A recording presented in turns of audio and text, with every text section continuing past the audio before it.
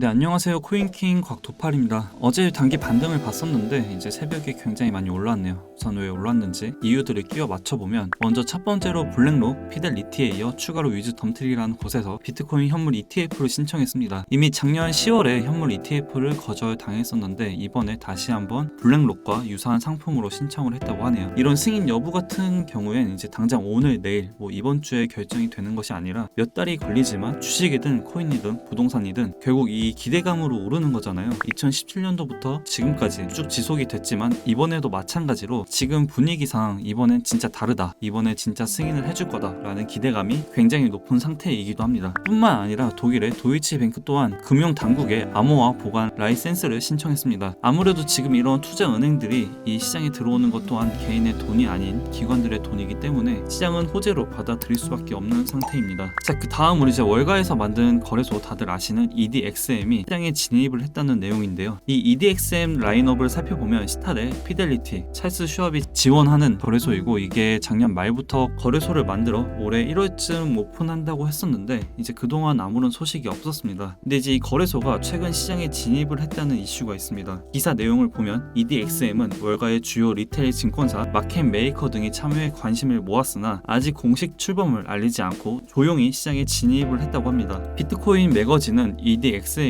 아직 정식 출범을 선언하지 않고 비위탁적인 방식으로 운영되고 있다고 설명을 했고, 아직 고객의 디지털 자산을 직접 처리하지 않는다고는 하네요. 최근 SEC와 코인베이스, 바이낸스의 이슈부터 테더 여러가지 사건 사고가 있었는데, 시장이 혼란을 보이고 있을 때 SEC와 밀접하게 대화하고 있는 세계 최대 자산관리 회사인 블랙록이 이제 비트코인 현물 ETF 승인을 신청했고, 대형 금융기관들이 시장에 진출하는 것을 이제 주목해야 되는 부분이지 않을까 싶네요. 정리를 하자면, 아직 EDXM 거래소에서 공식 출범을 알리진 않았지만 시장에 진입을 했고, 이 부분들이 이제 시장에선 호재로 받아들이고 있는 중입니다. 그래서 이런 이슈들을 끼워 맞춰 봤을 때 오늘 새벽에 급등이 나왔다라고 생각을 하고요. 지금까지도 이어지고 있습니다. 오늘은 이제 좀 제 얘기를 해보려고 합니다.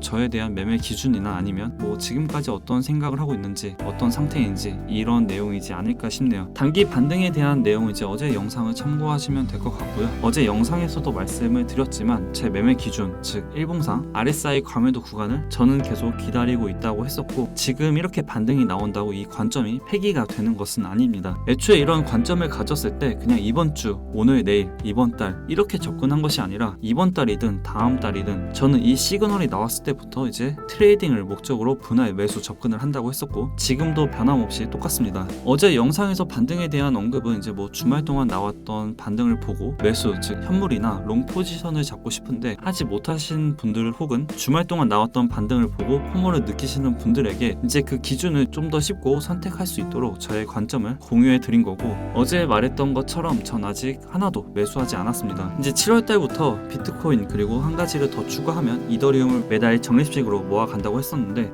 이 부분은 저는 이제 사고 파는 이런 트레이딩, 즉 매매를 목적으로 하는 것이 아니라, 여러분들 주식 사서 자녀분들에게 물려주거나, 혹은 정말 내가 노후를 위해 사모으시는 분들 계시잖아요. 아니면 금을 사모으시거나 엔화나 달러를 사모으시는 분들도 계실 겁니다. 저는 이거 투자라고 생각을 합니다. 쉽게 말해 저도 이제 그런 분들처럼 비트코인 그리고 이더리움을 가격 상관없이 수량을 목적으로 매달 사모으는 투자를 한다는 건데, 이걸 오해하는 분들이 계신 것 같습니다. 이게 무조건 트레이딩만 해야 하는 건 아니잖아요. 트레이딩은 트레이딩대로, 투자는 투자대로 따로 구분을 지어서 하려는 거고, 저도 이제 사 모아도 되는 시기가 왔다라고 판단을 해서 그러는 거니까 이 부분 참고하시면 될 것 같습니다. 제 관점은 여전히 계속 똑같습니다. 비트코인 일본 기준 RSI 과매도 구간을 매수 시기로 잡고 있고, 물론 단타나 스캘핑으로 지금 같은 단기 반등 또는 단기 부정 노릴 수 있습니다. 기회 비용을 살리면 너무나 좋죠. 그럼 이제 너도 이 기회 비용을 살려 수익을 보면 되지 않냐, 이렇게 당연히 생각하실 수 있는데, 어제도 한번 얘기를 했지만 이제 제가 지금 매매를 안 하는 이유가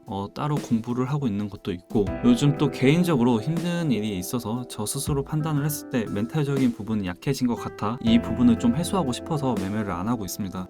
정말 몇 년 동안 쉬지 않고 지금까지 달려왔습니다. 좀 심각하다고 느낀 부분이 하루에 3시간에서 4시간 정도밖에 잠을 안 자더라고요. 여러분들 자다가도 이제 잠깐씩 깨서 차트 보고 그러시는 분들 많으실 겁니다. 이제 저도 마찬가지입니다. 이걸 몇 년 동안 지속해 오니까 불면증도 너무나 심해졌고, 우선 제가 되게 예민해지는 것 같더라고요. 이걸 그 전엔 가볍게 넘겼었는데 요즘엔 좀 스스로가 심각하다고 느껴질 때가 많습니다. 당연히 이런 기회비용들 너무나 아쉽고 아깝지만 사실 이 수익이라는 게 지금만 보는 건 아니잖아요. 솔직히 뭐 돈을 몇백억, 몇천억을 번 건 아니지만 지금은 이제 돈에 대한 욕심은 이젠 크게 그 전에 비하면 상관이 없을 정도의 상황이고, 이제는 돈보다 제 개인적인 멘탈, 심리 이런 부분을 더 중요하게 생각을 해서 이번 기회를 저는 포기하는 선택을 했습니다. 돈은 뭐 또 벌면 되는 거니까요. 정말 트레이딩을 하시는 분들이라면 이 심리적인 부분이 얼마나 중요한지 다들 아실 거예요. 아무리 발바닥에서 롱을 잡고 정수리에서 숏을 잡아도 이걸 끌고 갈 수 있는 멘탈이 없으면 또는 부족하면 정말 아무런 소용이 없습니다. 그렇기 때문에 이런 심리적인 부분이 제 기준에서 정상적이지 않다면 되게 감정적으로 접근을 해서 지금은 저 스스로도 좀 자제를 하고 있는 것도 있습니다. 매매를 해서 돈을 버는 것보다